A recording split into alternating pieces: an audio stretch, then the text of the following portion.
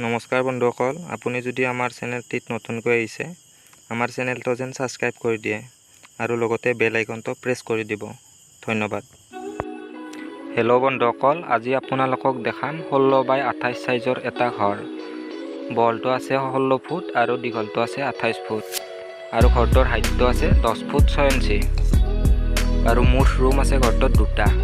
আপোনালোকে ভিডিঅ'টো শেষলৈকে চাই থাকক, মই সকলোবিলাক ধুনীয়াকৈ দেখাই আছোঁ।